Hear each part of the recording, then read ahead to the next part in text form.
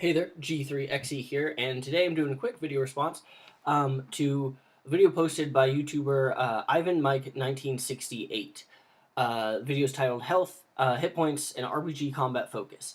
If you like tabletop role-playing games and haven't already, definitely check out Ivan Mike's channel. He posts very frequently and primarily about kind of discussions on theory behind RPG game design, theory behind the different kind of principles and what we're actually representing on the tabletop, how to improve our skills both as players and game masters. I found it very helpful. So definitely check him out. The video, which I've just shown right here, basically talks about, if I'm understanding it right, is kind of like what do hit points represent and what is their effect on the game. There Are they an exact percentage of how much health you have at the exact same time? Is it as the more old school games saw it as more of just an abstract representation of like how many times you can get hit before you're down for the count? He says in the video that he's often seen it as more of an abstract representation that uh, is more you getting beat up, and then towards the end you take some kind of grievous injuries. It definitely, we've all had those immersion breaking moments when the classic example is a guard points a bow at point blank range, an English longbow at a fighter, and says stop, don't move, and the fighter's like, hey, I got 100 hit points. Like, what does that longbow do? D8, maybe a D10. Um, so that's always very much immersion breaking, specifically in D&D. And as I'm kind of going on this uh, process right now of compiling a lot of house rules that I really like and seeing if they work, I'm going to be posting Tales from Talar, which is just the next campaign I'm going to be running, and kind of the exploits therein. But I've been working on compiling all of those things into a single document, and I wanted to talk about what I'm trying to do with this subject and maybe throw it back to Ivan Mike or anyone who wants to talk about it and give me some feedback. I don't know. But I'll go ahead and bring up. So basically, I like the idea of damage, but I don't think we need the hit points. I was wondering, like, well, what if a system that like very much told you what happens? And there's, granted, probably other systems that have done this. I'm not saying this is like a unique idea, but I wanted to get rid of hit points altogether and instead go to this kind of injury system in which you still roll damage, but then you use a combination of common sense, role playing, and guidance from the game master to determine if we give players and game masters the the authority to go with what they feel like is reasonable and right and would make logical sense. I feel like in the majority of cases that works out. I don't know if we need hard and fast rules so much as we do in games like Warhammer and other stuff that's competitive in nature. So this is what I was, looking at for combat, and I'll just kind of go through it. If an attack meets or exceeds the defense of the target, it's successful. But by how much does your attack actually inflict the target? It is determined by the damage roll. Roll a damage die for weapon, add your strength modifier. Specifically strength, I don't see why dexterity would make a difference with... I mean, I guess, like, if you're attacking with a finesse weapon, right? Definitely add your dex to the attack bonus, but don't add it to the damage. Add your strength, because it's still how hard you stab, right? Compare that to the chart below for a summary of the damage you might inflict. So I went ahead and divided it into blade, blunt, and burn. Now, burn can represent acid, ice, kind of any kind of amorphous I don't know, kind of uh, greater surface area damage, I guess. And then this is kind of the damage rolls you get. So 1 to 2 is going to be your cosmetic injuries. They affect how someone looks, nothing else. For blades, you're going to get shallow cuts, scrapes, or pricks. For blunt weapons, you might get bruising, maybe some soreness. And then burns, obviously, you get singe. Your hair might get burned off. Your skin might be rubbed raw by frost, but other than that, you're fine. 3 to 6, that's going to be compromising injuries. For blade, that's large slashes or painful deep cuts. These are more apparent and more harmful, but we don't get into kind of any penalties yet, right? There's heavy bruising, maybe spraining your ankle, spraining your wrist for blunt weapons, or blunt force trauma, I should say. Whereas blade is just kind of anything that would cause incised wounds. Burning is a painful burn, first degree. I meant to double check this, but I'm pretty sure first is like third degree burns are the worst, and first is the I mean, none of them are good, but the best, we'll say, out of them. But if not, just inverse these. And then when you get to 7 or 9 damage that you inflict, that is the first of the hindering injuries. Now, these are injuries that will cause mechanical effects or in-game role-playing effects, whatever you guys come up with. But this is like a stab wound or a large gash.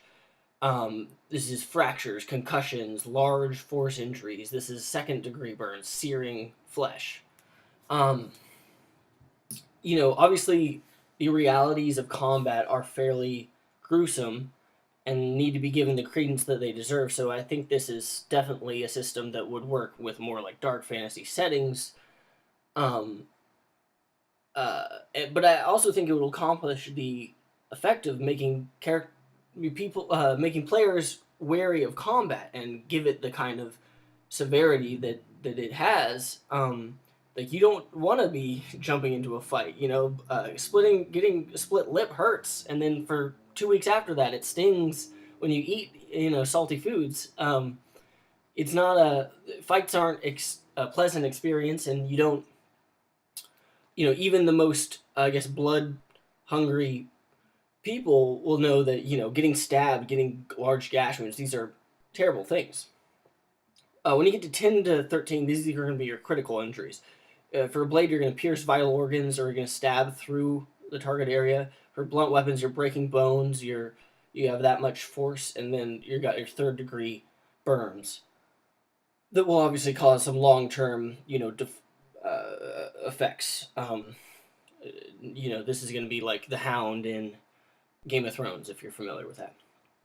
And then I was thinking 14 or higher in terms of damage. This is going to be your severe injuries. For blades, this is decapitation, delimbing. This is a cleaving blow.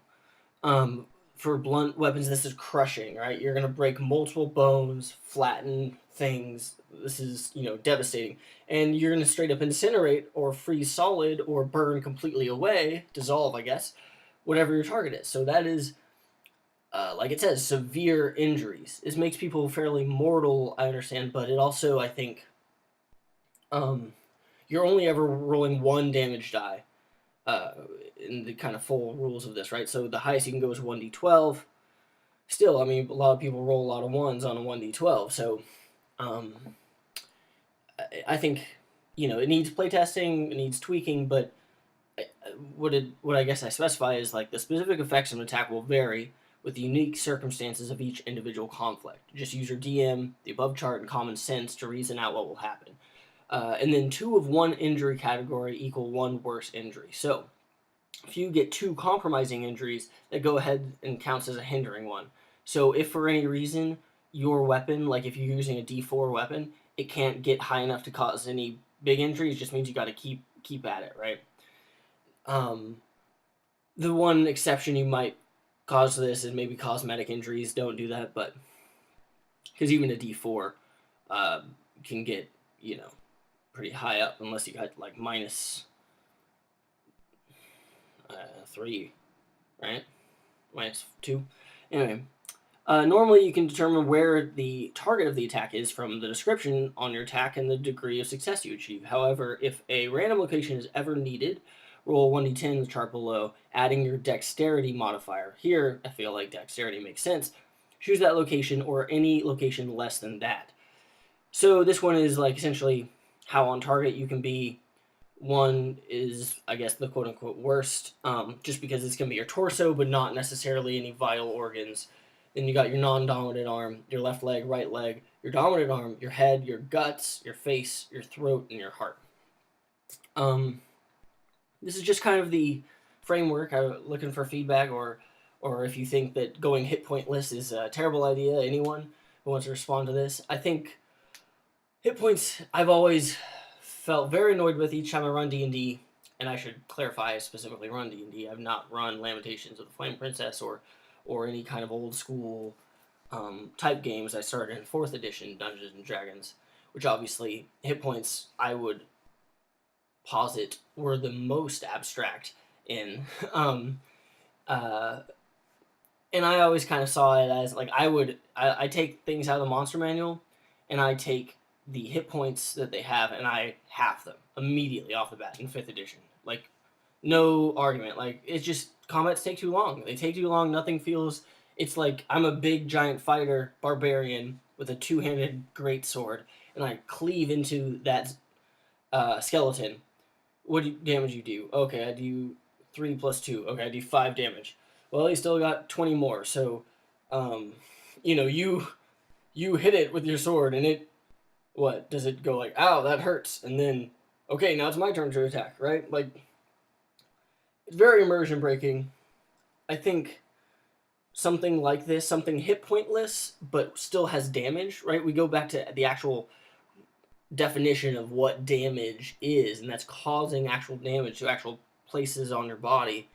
I mean, this could get very gruesome, obviously, but I mean, if you get, let's say, a stab wound, a 7 to 9, and you either based on your description or based on a random roll hit someone in the face, I mean that you could stab a dude's eye out. I mean, that's a permanent. What happens if your character gets an eye stabbed out? You know, the negative effects you can come up with that, whether it's disadvantage in the short term, and unless some sort of magical healing is sought out, I mean, you're gonna probably have less depth perception. You're gonna have less charisma, unless you're intimidating people. Which that's always bugged me here. You got intimidation under charisma. I think it'd be better under strength or toughness or something, because in the you could be the most loathsome of character, ugliest, smelliest person to be around, and still be pretty intimidating. In fact, probably more intimidating. Anyway, that's a separate rant. But anyway, great topic to Ivanmike1968. I've rambled on about it for a whole bunch of time, but once I saw the video, I was like, yes, this is a topic that is one of those things that drives new people who are on the fence about D&D, and I've seen it happen multiple times because I go to college and I introduce tons of people to the game who've heard of it very briefly, but they don't know what it is. And hit points and initiative and actions all are amongst the hardest things to describe. Doing skill checks, role playing, doing what does your character have, their items, like what do you think out of this list might be useful to you? Do you want to take torches? Do you want to take a lantern? All that. People get that. The things that people slip up on and don't want to come back because of is hit points, is initiative rolls, is taking turns, that kind of immersion breaking stuff. So what do you think about this kind of system, the hit pointless system? Discuss in the comments or anything like that. And thanks for watching. See you in the next one.